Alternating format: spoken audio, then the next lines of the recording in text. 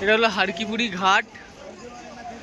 আর এখন কালী পুজোর সময় গঙ্গা পরিষ্কার হয় যেহেতু হরিদ্বারে একটুও জল নেই, পুরো শুকিয়ে গেছে। আর এখানেই অল্প জল আছে হারকিপুরি ঘাটে, এখানেই সবাই স্নান করছে।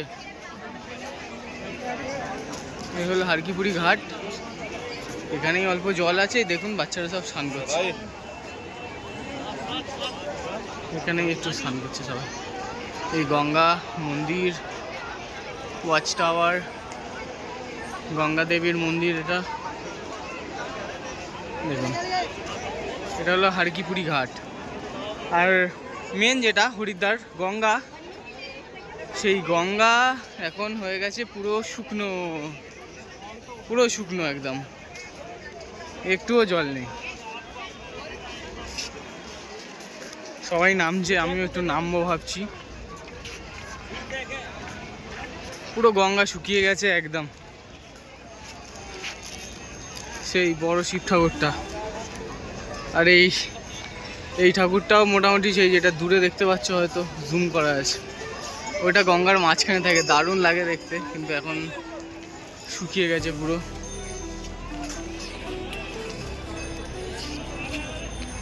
চলুন নামা যাক, দেখি মা গঙ্গা।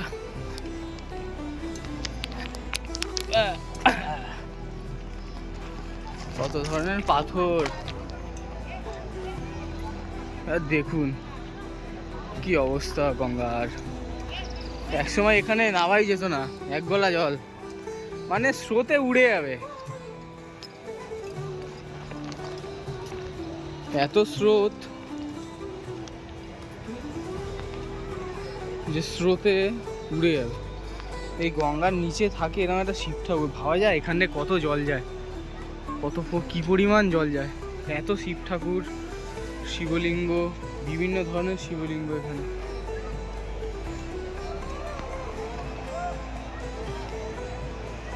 মা গঙ্গা,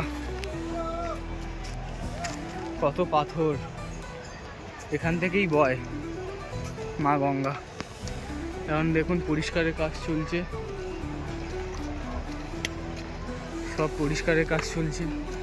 আর একদম সেখানে আছে মা গঙ্গা, যাবো ভাবি, একটু গিয়ে দেখি।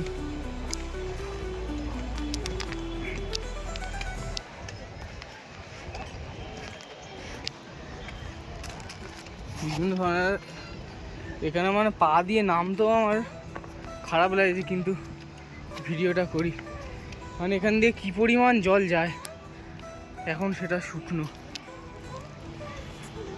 একদম, পুরো গঙ্গার মধ্যিখানে এসে গেছে, পুরো শুকনো।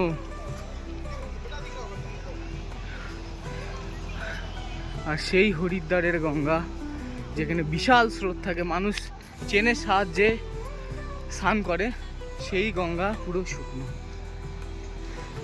আর এই ঝিরিঝিরি হয়ে জল যাচ্ছে, এখানে সবাই স্নান করছে, একদম শুকনো,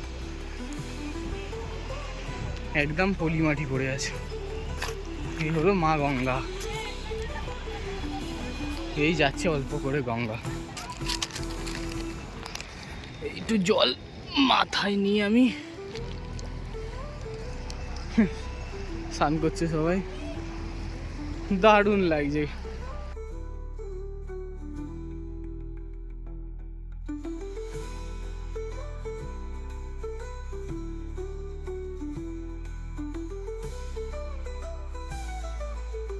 দেখো বিভিন্ন ধরনের শিলা, কত সুন্দর শিলা, নারায়ণের পাদুকা,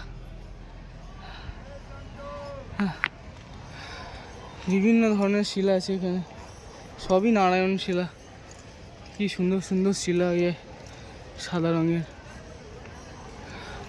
শিবলিঙ্গ, কত শিবলিঙ্গ পড়ে, নন্দী বাবা, ছোট শিবলিঙ্গ ওখানে,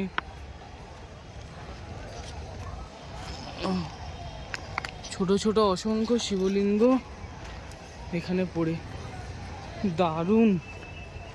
এই হলো হরিদ্বারের গঙ্গা, পুরো শুকিয়ে গেছে, একদম শুকিয়ে গেছে, চারিদিকে শুকিয়ে গেছে।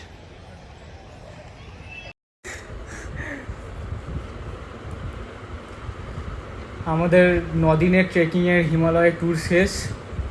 আমাদের সত্যি কথা বলতে গেলে আমরা খুব দুঃখিত, খুবই দুঃখিত আমরা।